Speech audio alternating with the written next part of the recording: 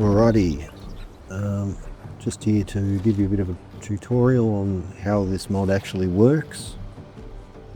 I'll just go over some of the basic stuff, how to get things, how to play the game. So you'll notice these two icons here. You can move them around to wherever you want them. This one is your card folder. So when you find cards in the game, they'll show up here.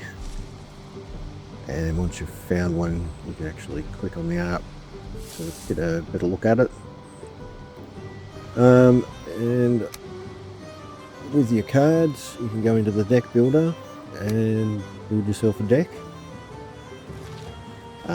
Basically with decks, you can have up to 2 of any of the cards that are up to rarity.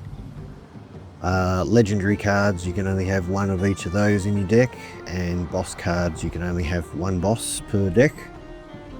20 cards in a deck. And I think it's a minimum of 10 creatures as well, was another stipulation. That's pretty much it as far as making decks goes. So you can just experiment around with that and build stuff that works for you. A good way to learn the mechanics of all the different cards. You should be able to see, the tooltip should show you pretty much what they do. I think they all display correctly. That's pretty much it.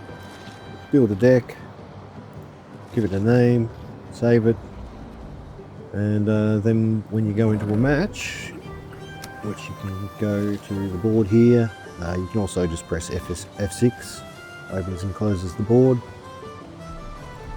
So you go into the board, there's some pre-built decks, because at the start of the game you're not going to have any cards, so this will let you at least play the game until you get enough cards you can build your own decks. I've just got to test one here so I can use that deck to give you an idea of what you're doing. So the AI went first, so as you can see he's already made his move. I will be adding like a play-by-play commentary here somewhere that will give you a bit more details on what's actually going on when it's not your turn, because at the moment the AI just does it in an instant and it's hard to keep up with what they actually did. So you just have to bear with that for now. But basically you've got a mana pool, which is your runes essentially, same difference. That's your health. Everything costs X amount. Every turn this goes up by 1 to a maximum of 6. There are cards that can give you more, but that's basically how that works. So click a creature. Oops, sorry, I already am selected. Place him anywhere in your first row. Put him there to get in the way of this guy. They can't attack the turn that you put them in, but they can move if you want to move them. They only move 1 square, and you can only move 1 thing per turn and attack with 1 thing per turn. So you've got to choose wisely, I guess. So that will do for the first turn. He'll probably kill that guy with his guy, and they'll both kill each other on his turn. Yep. So it kind of shows you at the moment, but it could definitely be better. So he's brought in another guy. No idea of what he does. My turn. So now I've got 2. I can play anything that costs 2 or less. So what have we got? So this guy, Kavaster, deals full damage to every enemy orthogonally adjacent to the target, not just one. So that's probably worded poorly there, but basically splash damage. He attacks the target and it also hits the ones beside it. This guy, 50-50 chance on death to come back to your hand, pretty simple. Restores all defense to all friendly creatures by 1.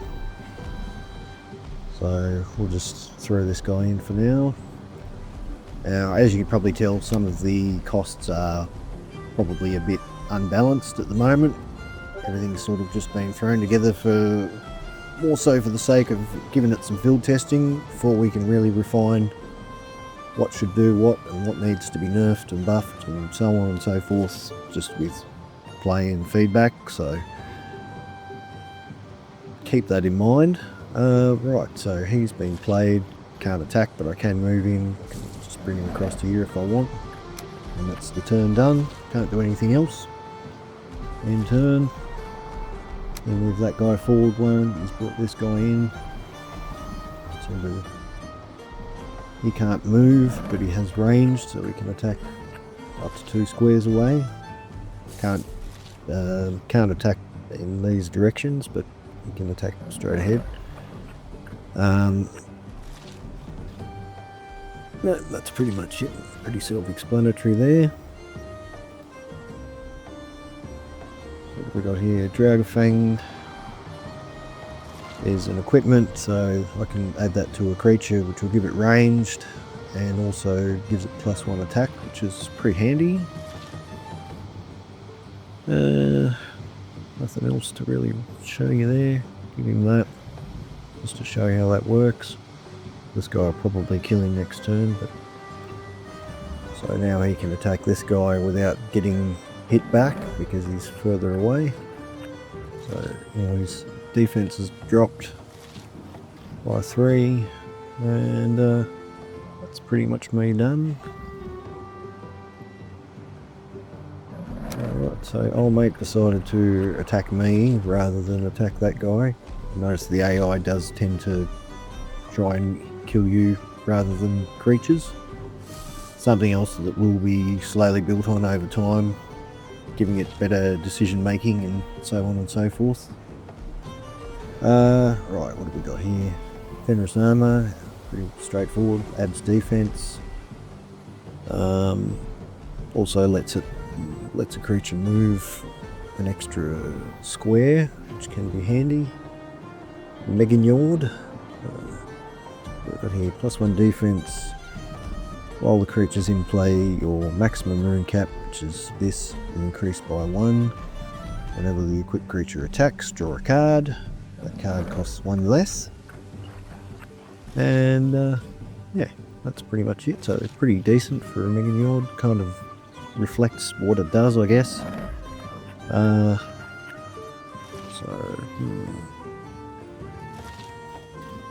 just equip it to show you how that all works. So now I can get rid of this guy. I've only got 1 health left on him now, but that drew a card for me. We get full Valkyrie, nice. That's pretty much it.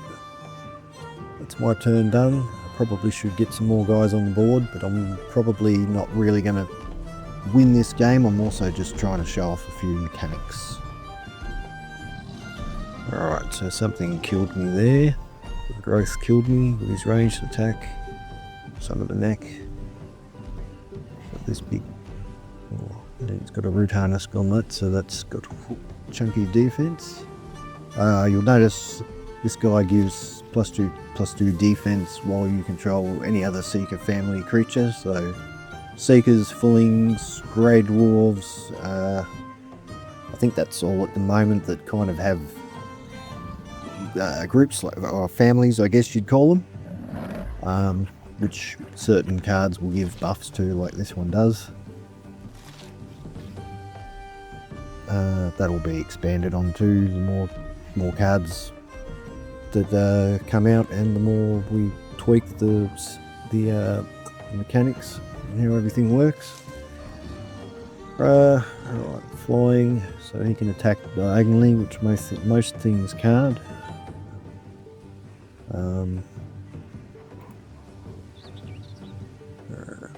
Spin ring, on death draw 2 cards. It's pretty straightforward. Barley wine, it's just a consumable which stores 1 health to yourself for 1. Pretty straightforward.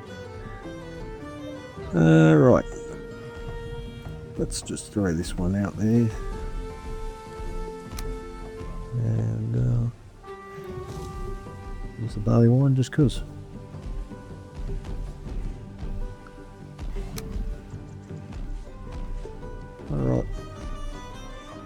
stuff happened, and now we can bring out the big boy, Yagi. On play, destroy target enemy creature with 3 or less defense. And while in play, at the start of your turn, deals 2 damage to a random enemy creature or directly to your opponent if they have no creatures. So he's going to be a problem if he's not dealt with, which most of the bosses should be. Now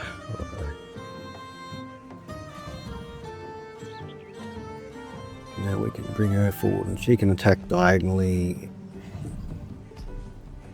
which, oh, sorry, no, I can't bring her forward.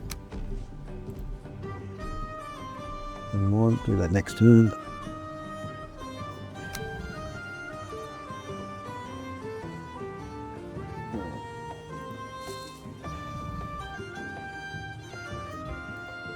Oh, okay, that's interesting.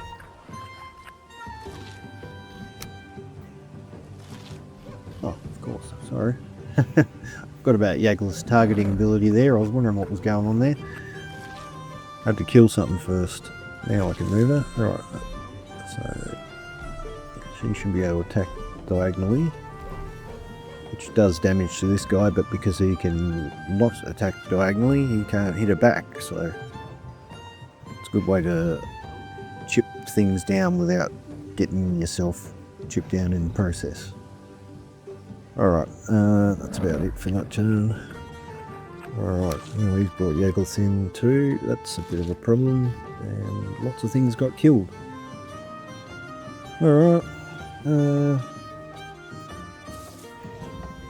a few things to buff. Got another guy there to bring in. Choices, choices, choices. Let's just load Yaglith up and send him in. At the very least, he'll deal with this Jaeger. And I can restore his defense, so yep, that's good. He might actually survive that encounter.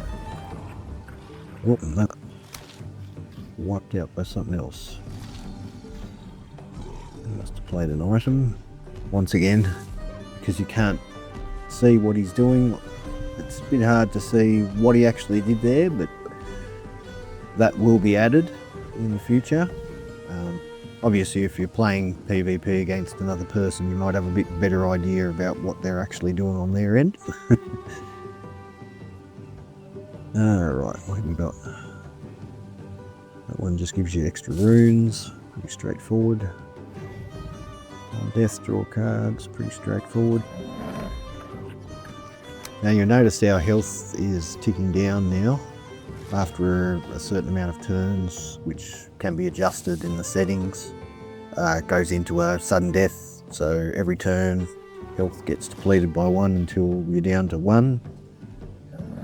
It won't drop to 0.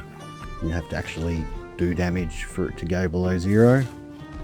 That's just designed to speed the game along if you have a long stalled out game, but like I said, that can be adjusted in the settings or turned off if you don't want that feature. Here forward. Use that to gain some runes, which will let me play. Let's play this guy just for shits and giggles. Alright. Copped a hiding from that guy. Odin. I won't explain how you get Odin, but you can get an Odin card. He's got a lot of good mechanics. On play, gain 2 runes.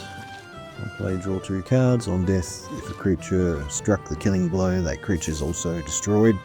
So anything that kills Odin also dies. Yeah, let's just play him, why not? We'll sacrifice this guy for some free cards. Build the hand back up.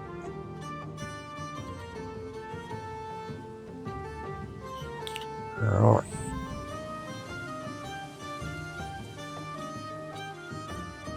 that on. Let's throw that on this guy. No, that's right. We've already attacked, so we can't attack. But he should be able to deal with him.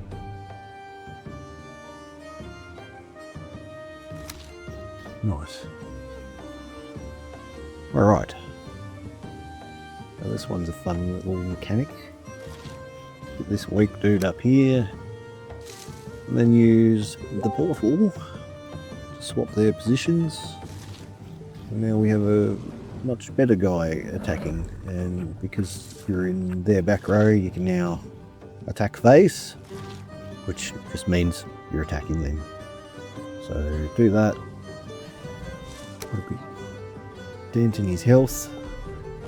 Probably should have equipped Frostner first, actually. I didn't really look at that, but anyway. You get the idea. Right, that's pretty much it for that turn. Just throw some other guys in there just to make sure there's something going on. Because I used my movement before, I can't move anymore. Alright.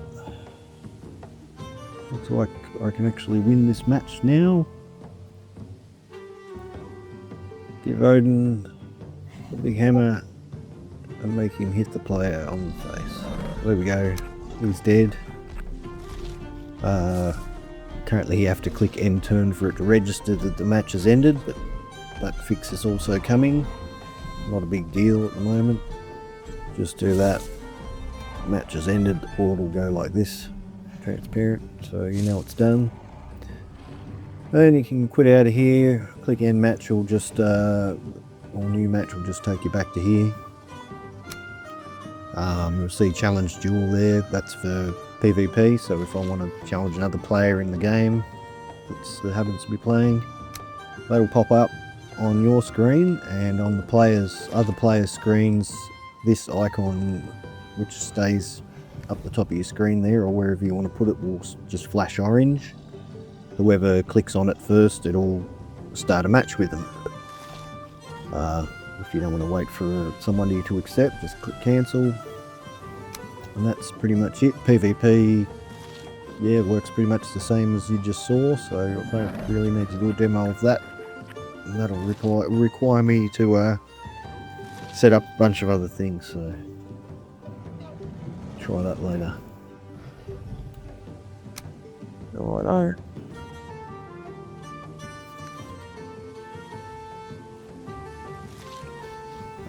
Now to actually get the cards, there's a few different ways. The main ones being traders. They've got a couple of special cards, such as, you know, there's their namesake, and this one, there's Hugin. And the other traders, you'll see they've got other cards. I should also mention, after a match, you'll get a reward. I didn't actually check the reward, but going by what I had in my inventory before, it looks like it just gave me gold that time, but rewards are based on what boss you've beaten. So the higher the boss, the rewards will be more from that biome and up.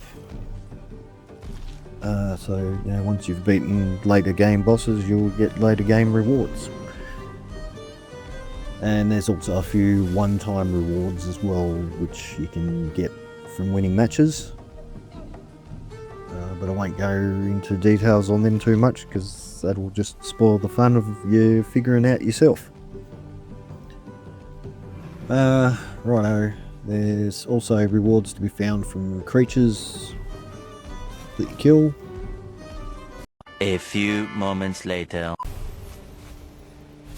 Alright, now as you can see, when a creature dies, sometimes they'll drop one of these. Drop rates, basically exactly the same as trophy drop rates. And the card is generally related to the creature that you just killed. So obviously kill a skeleton, get a skeleton card, so on and so forth. There's also cards that can be found in chests, if I can find a chest to show that off. Bear with me a second, I'll find a crypt around here real quick.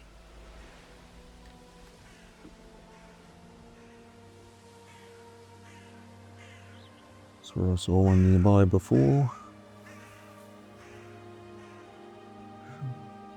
Another chest. Of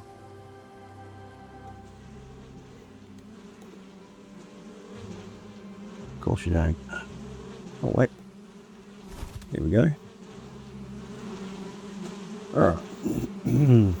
So just to demonstrate how they appear in chests.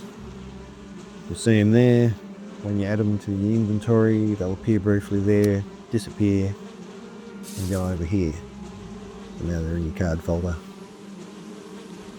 That way they don't take up space or cause clutter. So that's pretty much it as far as that goes.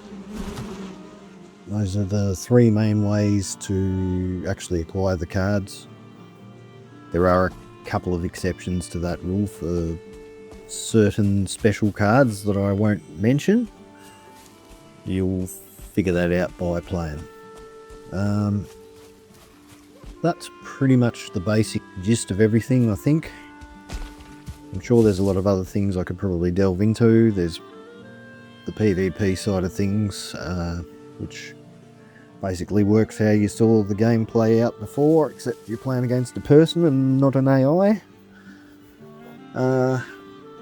And yeah, as I said, it's still early stages of development, still a lot of features to refine and add, a lot of cards that are probably overpowered at the moment, or maybe underpowered.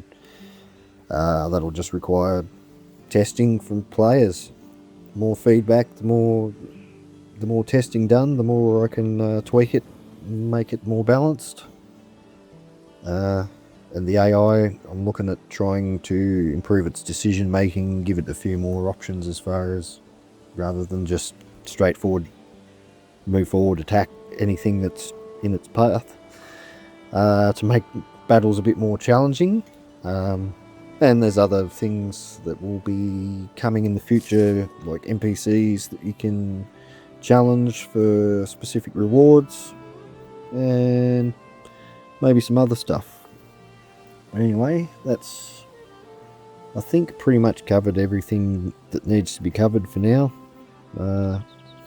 Any other questions or comments, feedback, ideas, criticisms, whatever, write them down below, send me a DM, get on the Discord. Yeah, that's about it. So long.